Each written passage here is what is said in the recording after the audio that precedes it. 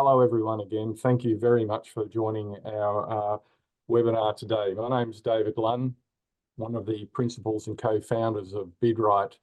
My job today is to be your host, and I have the pleasure of introducing you to Sue Papadoulis and Paul Mulholland. Sue, founder of Profile Media; Paul Mulholland, CEO of Mackenzie Marine and Towage. And today's session is going to be really interesting because it'll be a knowledge share as an actual case study, which in I guess, the world of work winning, and it's all about proof and believability. So we're bringing today to you a real case, and I guess an important reflection on the positioning and profile and perception and all those things that actually play a role in work winning. So we're delighted to have partnered with Sue and her team, and really look forward to the information that will be shared. So just a little bit of housekeeping before I hand over to Sue and Paul for today. We've got a chat running, and we've also got a Q&A function running today. Now, I know everybody is a Zoom veteran by now, so what I would ask you to do, please, is if you do have a question for Sue or Paul, use the Q&A functionality, if you could, please, rather than chat. And we'll be keeping an eye on the questions and answers, and there will be time at the end for us to reflect that. So, and another good little trick is, if you like somebody else's question, just upvote it rather than and do it yourself again, and that way it'll help us also prioritize questions and answers into the 10 minutes or so at the end of the session we've allocated to that. So look, I do appreciate it. Before I kick off, of course, would like to acknowledge the fact that we are meeting on traditional owner lands today around our nation. I'm coming to you from Perth, ACB Whadjuk Noongar Nation, and pay respects to elders past, present and emerging, and of course extend the same acknowledgement to Aboriginal and Torres Strait Islanders who may be working in your organisations. So thanks very much for that. I'll now go mute, hand the keys to Sue, and Sue can take it from here. Thanks very much. Fantastic. Thanks, Dave, and great to be here. I'm just, my slideshow popped out of presentation mode, so there we go. Now we're back in. Yeah, great. Thanks for the opportunity, Dave. I was really thrilled to be invited to come along and have a chat. I guess we've had a really interesting period of time working with BidWrite and the clients Mackenzie's Marine and Towage, where Paul is from. And it really highlighted to us some great lessons for us all, I suppose, and we were keen to share those with everyone who's in the tender submission world, and what an impact being able to share your profile can actually have and help you really win tenders. And I guess that's what we're all interested in finding more about. So we have a question that I like to ask at the start of talking about this kind of stuff is, who are you? Who are you as a business? What do you stand for? What are your values? And does any of that stuff, well, first of all, have you thought about that as a team? And does any of that stuff actually shine through in any of your communications outbound? So some people may say, well, is it really important that we know, it's all about the bottom line, it's all about winning business, we don't have to think too much about who we are as a business. But I think increasingly we're seeing a real shift in consumer behaviour, and probably also in the tender market as well, where understanding who a company is and understanding what they stand for, what they believe in, what their involvement is in the community is all becoming increasingly important. Obviously, we're seeing issues such as ESG popping in now, those kinds of social, economic, climate, those questions are weighing heavily in the tender process. So we need to be thinking about that kind of stuff more and more, not just about how we're going to do the job, but who is our company. So I saw this online, engage with the hearts, convert with smarts, and needing to project your identity. So how do you actually engage with a prospect, someone who's going to be reviewing your tender? And it always comes down to that authentic connection. And then once you have that authentic connection, the conversion process becomes much easier. So how do you actually start that connection process to begin with, particularly if you're coming in fresh to a tender situation where you might not know that many people?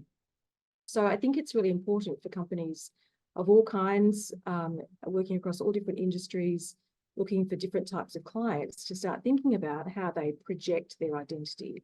First of all, what is their identity and how do they project it? So that's really what we're going to be talking about today. We've had a look at some of the research, which shows that people are demanding more from brands.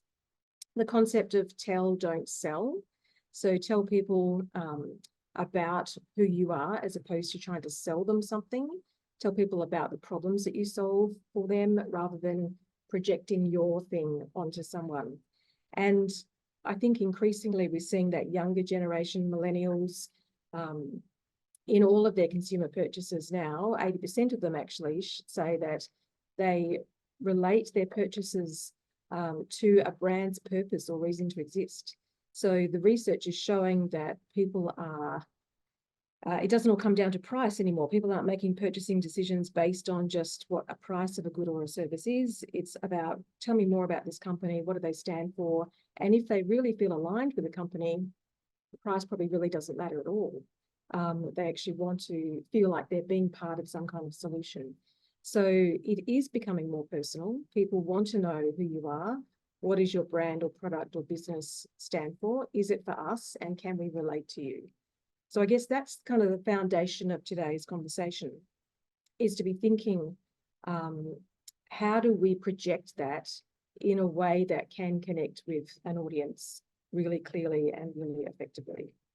So delighted to have Paul Mulholland here from Mackenzie Marine and Towage. And I guess a bit of a scene setter to start with. They're a really well-established company, 50 years old, in fact, in business in a small regional town of Esperance, which is where Paul is actually currently broadcasting to us from, in the southeast of WA. It's been owned by the Lunn family since its inception, and the Mackenzie family is really important to the town. They're really involved in the town, and they were in the process of reapplying for a tender to supply towage services to the Port of Esperance. This is a 10-year contract. It's a contract they had for a long period of time, and they brought in BidWrite to help them prepare that tender. Partway through that process, Dave reached out to me and said, look, these guys, in our conversations with them, they've got a really interesting story. And I guess kudos to Dave for recognizing that in the first place, that there's something quite unique about the company. It's a really interesting family that run it. And to be really honest, they're at risk of losing this tender. So, Paul, I'm wondering if you wouldn't mind just jumping in and perhaps describing that situation. You know, what was the tender that you were going for? How important was it? And what were the threats? What were the risks you were facing? Yeah, so as you've already alluded to, Mackenzie Marine and Towage is a 50-year-old business operating in the Port of Esperance. There's a lot of connection to the town of Esperance with the Mackenzie family. So the family is integrated within the town from one end to the other. It's everybody knows Mackenzie Marine. Everybody knows what we do within the town, and we are, a part of the community and have been for 50 years. The real threat and danger to us was a lot of international companies that were vying for the tender, and we knew we were in the fight of our lives. And previously, we've always gone about business being quite a humble family business,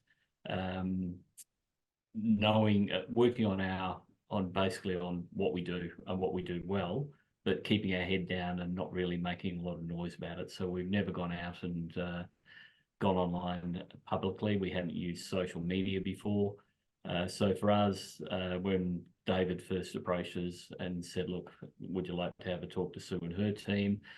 We were a little reluctant at first. However, we knew we had to look at other avenues. We knew that this tender, how important it was to us, and the fact that we couldn't just sit on our reputation and what we had done previously. I mean, we've had 50 years of towage in the port. We've never missed a ship. And when I say that, in the towage industry, it's very important that you're on time every time, and you've always got your equipment, your tugboats ready to go. So for us to keep that standard up, and for, as I say, 50 years of never ever missing a vessel and always providing a service to the port, that's, you know, outstanding. I don't think there'd be another tugboat company in the world that could say that they do that. And we are one of the last family-owned businesses in Australia that operate in harbour towage. So yeah, as I say, we're fighting for our lives. And when he put us in touch with Sue and her team, it was new. It was new to us. We were very humble at the time. We didn't want to make too much noise, but we did see the value very quickly in what we, you know, we got that through. The more we got involved, the more feedback we got from the local community, reinforcing what Sue and her team were already telling us, that the community were right behind us, and the community was seeing the things we were doing in social media and in newspaper articles that were going out, first of all locally, and then in the West Australian, and I believe there was a couple that went national as well, and then there was some radio broadcasts. So no, it was a very good experience in that regard. So great. And so you said you're in the fight for your life. So just to fill us in completely, you guys had already lost a contract, is that right, to an international company? Yeah, so we had won the contract in the Bunbury port, which is all, so Southern Ports look after the Port of Bunbury, the Port of Albany, and the Port of Esperance. We'd always had the Port of Esperance contract since it initially started. We won the Port of Bunbury back in 2016. However, we only had a 5-year contract there, and when it came up for renewal, we were outbid by Spitzer, which are an international company. And to give you an idea on size, Spitzer are part of the Maersk Group, which are one of the largest shipping companies in the world. They don't just do tugboats. We're a company that has 4 tugboats. Spitzer has over 800 tugboats. So you put it into perspective, we are a small fish in a big ocean. Yeah, for sure. And so, so we got on board, and I remember having that first meeting with yourself and the Mackenzies, and we started workshopping some news angles that we thought would appeal to the media, and would importantly demonstrate your values and your capabilities. Yep. And from that, we created a media plan of story ideas to roll out over a 4-month period. So the idea was 1 idea per month. Perhaps describe that process for us. So you said you were a humble business. You know, how did that feel going through that process of looking at, you know, were you surprised by our positive response to what you had going on, or how was it? Oh, look, we weren't expecting it. We were, as I say, we were a little reluctant at the start, and it was amazing how quickly the feedback came locally in the town of Esperance, saying it's good to see you guys out there. They didn't realise the contract was coming up again. And the fact that we were talking in the media about the fact that there was a potential that we could lose the contract, the town wasn't happy with that, you know, and that was the feedback we were getting from a lot of locals. And the beauty about the timing for the contract was that we were just celebrating 50 years of operation in the Port of Esperance. And part of that, big risk, we'd gone out and we'd bought a brand new tugboat ready for the new contract. So it was a big gamble putting, you know, $13 million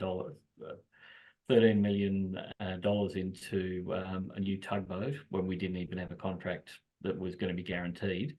So yeah, it was a risk that obviously paid off, because the vessel that we put in is, you know, basically, I'll sum it down, top of the range. It's most environmentally tugged in Australia at the moment.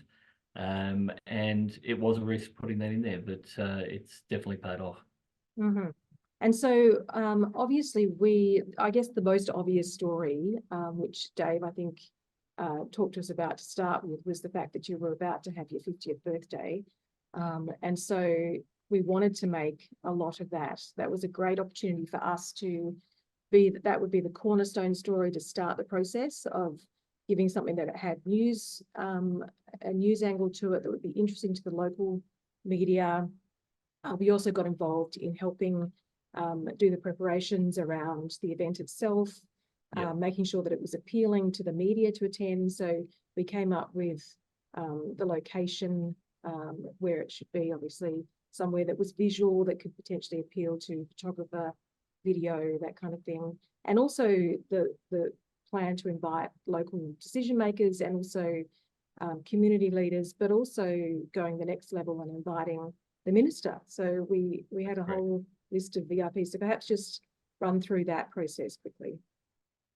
Yeah, that was interesting. I mean, we'd never tried to invite the minister to come down for anything. And unfortunately for us at the time, it was that period where they were about to change ministers, and we didn't know that until, you know, she had declined. We actually moved our dates around a couple of times trying to accommodate the minister, and the minister had declined. And then we found out a week later that they were changing who the minister was going to be. So we knew that it wasn't just the fact that they didn't want to be there. It was, you know, political reasons, so to speak.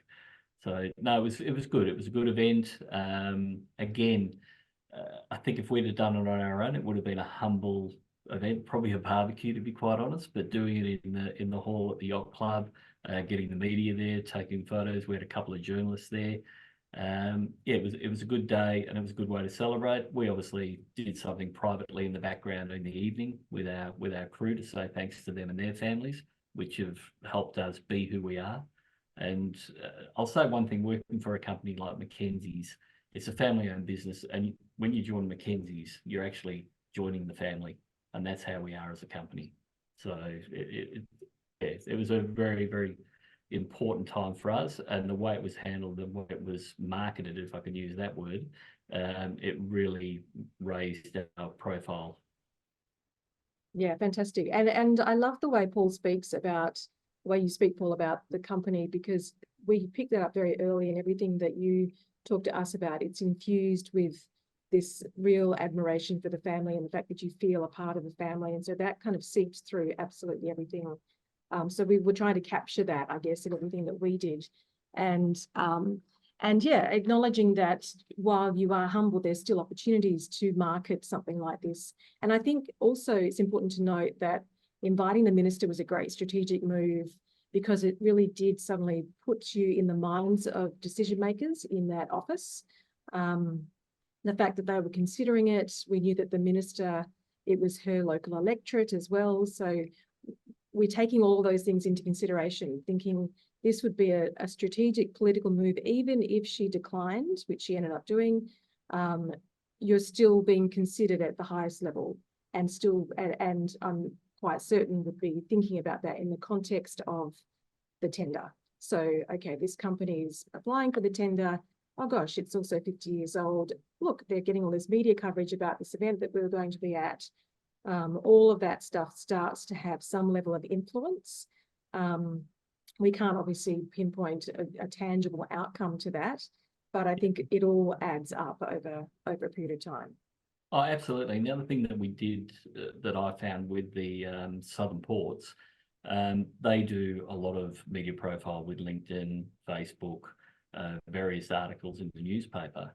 And we've never really been involved with the port media section itself, but we found the port was starting to chase us because they saw that we were out there, they saw that we were doing things, and they want to be included in what we were doing, which was really great for us.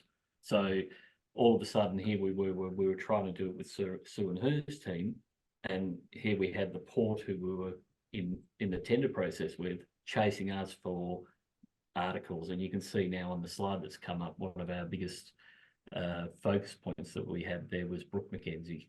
So yes, and so yes, absolutely. Yeah, it's really, the port thing I thought was really interesting, because Ben on our team was the team member who was leading the PR for Mackenzie's, and he actually received a phone call from the communications manager at Southern Ports, just trying to suss him out to say, what are you guys, what are you actually doing? So I think there was some level of certainly awareness, perhaps a little concern that Mackenzie's were being strategic with their PR, and perhaps were trying to influence the tender for their, which is well within their rights to do so, to raise profile.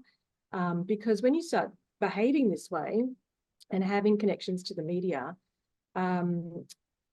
you as a third party, you start to worry and think, well, maybe Mackenzie's, if they don't win the tender, perhaps they'll be negative about us in the media. That's the thought process. whether, Yeah, that's definitely. not likely to happen, but that's this, you start generating this kind of feeling around this company and what it's capable of doing. So yeah, so the story with Brooke was also, once we kind of had the great story with the 50th birthday, and that reached some really good local media. I think it was front page news in the Kalgoorlie Miner and the Esperance Express and so forth in regional media. And then we realized that there were some other great things we could talk about, Brooke Mackenzie being one, as one of the only female tug masters in Australia, and certainly the only one in Esperance. And looking at, other things like the new state-of-the-art tug. So tell us a little bit about those stories. Yeah, so obviously Brooke is fourth generation within the family business, and Brooke is, as we say, the only female tugmaster in the Southern Ports network, and one of the very few in Australia. And for those people who don't know what a tugmaster is basically the captain of the vessel. So she operates a 3-man crew. It was a no-brainer to get Brooke in front of the media. And push Brooke as, Brooke is going to be the future of the company. There will be one day where Brooke will be the CEO, I hope, and I'm sure she will be. Brooke's amazing. She's an amazing young lady. What she's achieved and how she's achieved it, and a lot of people would probably be thinking, oh, she's a Mackenzie and she's had it given to her. But to become a tugmaster, it's hard work. It takes a lot of years for each of their qualifications to get to be a master 4, which is what Brooke is. It takes many years of sea time to go to the next ticket each time. So it's not like you can just go to TAFE, do a course. It takes a lot of hard work, and Brooke is one of the hardest working people I've ever met. And one thing I see with Brooke, amongst all the crews, she's got that respect in the crew, not as a Mackenzie, but just as being Brooke and who she is and how she operates and how she speaks and her behaviours. Now, when we tapped Brooke on the shoulder and said, hey, we would like you to get in front of the media, there's a few interviews they want to do, her first reaction wasn't, she was nervous. She was scared. And I think it was Andrew that spent some time with Brooke and helped Brooke with some of the media questions. But all the interviews that Brooke gave, and there's a couple with the ABC where she was on the radio, just amazing. It speaks so well, so fluent, so confident, and very passionate about the family and the family business and the business that we're in, which is Harbour Towage. Yeah, fantastic. And yeah, you mentioned Andrew being one of the Profile Media team, and so what we did was to provide media interview training for Brooke and for everyone on the team who was going to be talking to the media. So that was that's a key part of what we do with our clients, is to make sure that they're hugely comfortable with the process of being interviewed, do some rehearsal, give some advice around, key messaging and making sure that everyone understands how to handle that situation. So we also were, I guess, fortunate from a news perspective, for there to be an opportunity to showcase your values in a real sense. So we call this newsjacking, where there's something that comes up out of the blue. So we had our 4 ideas, 1 idea per month, a press release each month that we wrote and we sent to media, and we generated those stories, you did interviews and so forth. But we're always on the lookout for things that just come out of the blue that we could jump on, and then they have a really good newsy angle to it. So there was a stricken international vessel that got into trouble somewhere in the Southern Ocean, and I believe Switzer came in and tugged them to Albany, or just out on the outskirts of Albany. But I believe and they left them there. And I'm not sure what else they could have done. But Paul, perhaps you could describe what Mackenzie's did to help this vessel. So we were contacted by Southern Ports, first of all, to make us aware that there was an issue with a ship. I think it was a 220-metre vessel that was due into the Albany port that had an engine room fire, and it was quite a major engine room fire. They actually had no power on board because it had burnt out all the electrics. They had no engines, they had nothing. So I believe that was in the January from memory, early January. So obviously it was warmer weather, and you can imagine sitting off Albany in the warmer weather there when you've got no air conditioning. they were in dire straits. It had happened just near the port, so the two tugboats were able to escort the vessel in, and it managed to drop its anchor in the zone where the ships all anchor up in the anchorage area, in just outside of Albany there. However, because it had no power, it was dragging its anchor, which means that the anchor wouldn't sit in the sand. Normally vessels would just raise their anchor, move back into position, whereas this one couldn't hold its position. So it actually needed a tugboat to be alongside and put a line up, so every time it started to change position, it could get dragged back into position. So there was a real danger of this vessel, if the weather had changed, which it did a couple of times, getting dragged up on the shore and causing a major catastrophe in the, I think it's King George Sound in Albany there. So Spitzer, which obviously is such a large company, they have the Albany port and they also have the Bunbury port and Fremantle. However, they couldn't provide a vessel to operate there. They didn't have any vessels available. We do operate this port with 3 vessels because of our Cape-size ships that come in. We need them for those. And we were also approached by the owners of the vessel asking if we would be available to go across. So within 24 hours, we put a crew together, fueled up the tugboat, put food and water on the tugboat, and went straight across to Albany to assist where we could. And we were basically tied up to the vessel for, I think it was nearly 10 days. Our crew were out there, and we supplied them with food, water, and whatever else they needed, any equipment, while they were trying to make repairs. And we had a crew on board the vessel for 10 days sitting alongside in the harbour there. So for us, it was, like you say, it was perfect timing because we got to look like the good guys. And we were the good guys because we operated very quickly. We got out there, we did what we had to do. Sean Mackenzie, he jumped on board and he spent the full 10 days out there with the crew. And because there wasn't enough beds, Sean took a swag and actually slept up on deck the whole 10 days with the crew. So if that doesn't resonate with the sort of business we are, I don't know what else does. Yeah, absolutely. And you said you look like the good guys. I think it's more than looking like the good guys. You are the good guys. Yeah.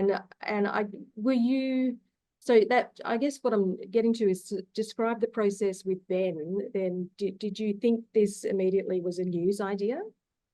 No, it was just, we're doing the right thing and we're doing what we have to do to assist the vessel because it's part of the marine industry. And I think I mentioned it to Ben in conversation what was going on, and I knew straight away his pitch and his voice changed. There was an excitement there. And I was like, oh, okay, what have I done? Maybe I should have told him this 2 days earlier. And so then I put the information together and shared it with Ben, and then it became a news story. And I didn't realise how quickly people would jump on it. So yeah, it was very important. And at the time, I don't know who kept up with the media at the time. Spitzer were in the media right around Australia, where they were looking at locking out all their tug crews because they were in a battle with the unions over their EBA. And they were looking at costing the economy something like $2 billion a day if they locked out their tug crews. So they were a bit on the nose at the time, which was working in our favour as well. So for us to get out there with a good news story was perfect timing. Yeah, absolutely fantastic. And I think that's also an element is, I mean, I think you guys had a pretty close relationship there for a couple of months. You and Ben were, communicating. Yeah, so just describe that. Like, how did that? I just, at the start, it was that professional relationship of, sharing information. But I saw as time went on, Ben became part of the Mackenzie's family. You could tell he was invested in it. It wasn't just, we're just another business. He saw how passionate we were about what we do, how passionate we were about our people.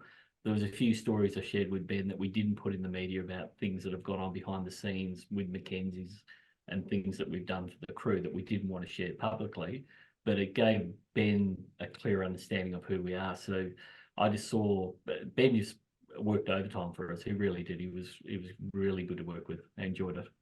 Yeah, fantastic. I know Dave's come back onto the call, which must mean we're going to break the questions. So I'll just quickly wrap up. I guess, just on the page, on the screen now, you can see the kind of coverage we generated. I think it was 36 pieces of exposure worth $176,000 over 4 months, Yeah. all focused on demonstrating who MMT is and what they stand for. It got the attention of the WA government. You've since been invited to submit for tenders, which you've not previously been considered. You won the tender, which was the main goal. So that's awesome. And then interestingly, and I guess a bit of fun, was at Bill Bailey's UK travel show that's recently been on, I'm not sure if it was ABC or SBS, featuring the wonders of WA. Saw you guys in the West Australian. We didn't pitch to them, but they saw you in the media locally, reached out, and you've had a segment that's been broadcast all over the world about you guys being tug masters in this really extreme and remote port. So some really amazing results, and we've really enjoyed, I guess, the process of working with you. No, thanks, Sue. It was great. Your support from you and your team was fantastic, and look forward to working with Profile Media again in the near future. Yeah, so just, I know Dave wants to ask questions. So just one last thing I wanted to say to Paul was, you know, in the context of the process, the tender submission and so forth, and the PR, perhaps just a quick thought on how all that worked together. Look, we won the tender based on the tender, and this is the feedback we got from Southern Ports, is the tender was based on what we put forward. Our tender was a very good tender, very strong, but you cannot discount the value that we got out of Profile Media and what it did to us. And we know that, and we acknowledge that we know that Profile Media just took it to another level. It really did. It gave us exposure that we never even dreamt of before, and that we still get feedback from people, you know, and a lot of people, like you mentioned Bill Bailey. I can't believe how many people have seen that show, but a lot of different people that you talk to mention that show, and, oh, we saw you guys on Profile Media. Sorry, on the Bill Bailey show. So yeah, very good. Thank you, Sue. Yeah, no worries. Dave. Okay, excuse me. We'll just pop out of share mode. Sue, right, here we are. There's been some great questions coming through, and some beaut comments too. So thank you for that. I'll do my level best. So there's a couple that I think that might be better answered by me, but certainly Sue and Paul, there's a couple of interesting ones to start with. And the first, a couple of similar character was the relationship between digital marketing, social media sort of happening before this bid, and the relationship between that and then the PR activity itself. So are you care to comment about what was going on social and digital wise prior to this opportunity? So Paul, perhaps Paul can, if you're talking about what Mackenzie's were doing, perhaps Paul, you could talk briefly about what, if anything, you guys were up to.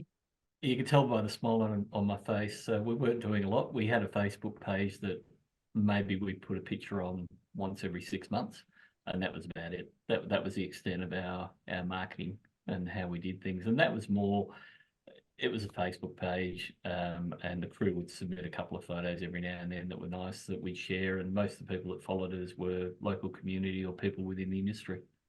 So, but yeah, definitely other avenues there. Yeah, so I guess the relationship between the two is, it was really about educating Mackenzie's to the fact that they had some interesting content to share. We also help our clients with giving them some instruction on how to leverage PR.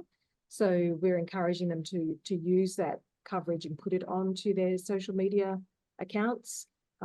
Every business is different, and digital marketing works for some companies, and social media content, organic content, maybe all that they do.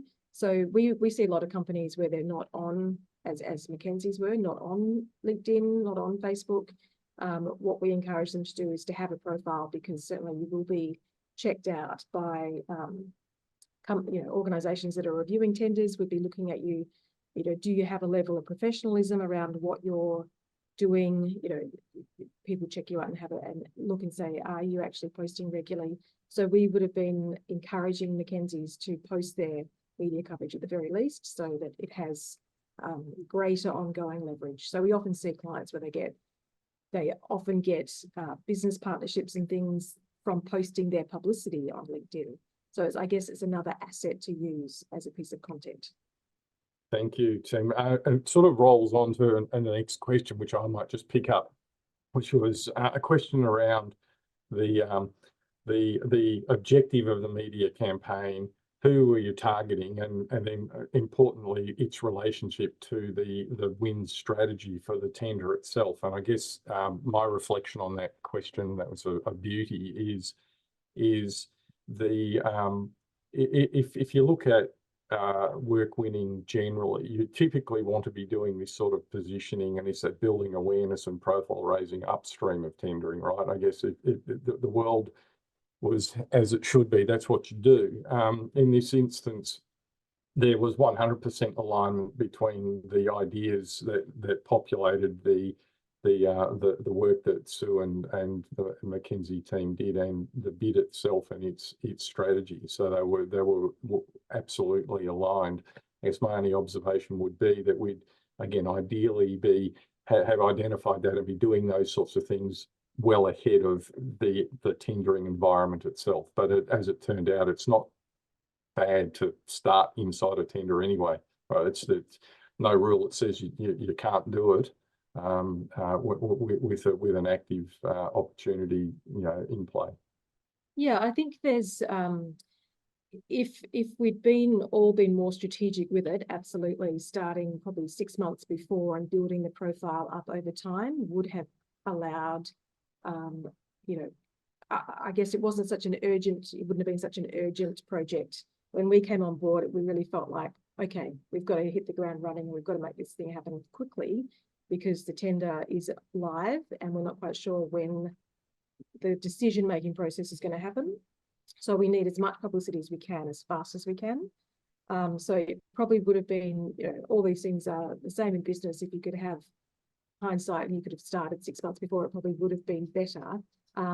So I would say to people considering it, yes, the more time you can give it beforehand, I would say, Dave talks about it being upstream, but a good 6 to 12 months before you're looking at doing a tender is when you're wanting to make sure that your social accounts are all looking schmicko, that you put that work and effort in, that you've got content building up over time, that you can point to a number of different types of stories that support the key things you're going to have in the tender itself. So obviously new technology, the female focus, the community focus, the values were all things that were woven through the tender submission, and they were all things that we wanted to amplify by being in the media. And so the objective of it, obviously we felt our objective was to help them win the tender.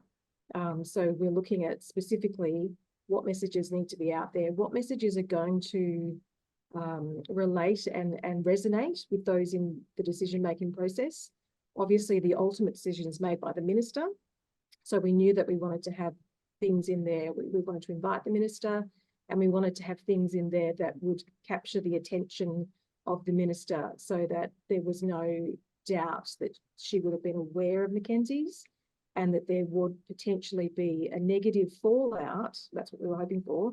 Not that we were hoping for the fallout, but that she would think, if I don't award this tender, there could be a repercussion for me personally in my political future. That's the long bow to draw, I guess. So there's a couple. We've got plenty of questions, and we've got time for maybe 2 more. So we'll try and speed up. But there's a really interesting flow-on question that came, which was in relation to the minister's attendance, Paul, as you indicated. Did you mentioned you thought no one answering was a reluctance to attend, when in fact it turned out to be change of minister. But the question behind that is, did you worry, or was it a concern that there was some sort of influence that was happening that wasn't actually proper in the context of the tender? I think that's where that question was actually going. Yeah, absolutely. Obviously that pops into your mind that, well, why aren't they coming? Why aren't they giving us a response that they want to be there? And that seed of doubt is always there when you're in a tender process. It's it's all the crew we're talking about, because at the end of the day, you're talking about 20 individuals that work on the tugboats that are looking after their livelihoods, and they're like, have you heard anything? What's happening? What are we doing?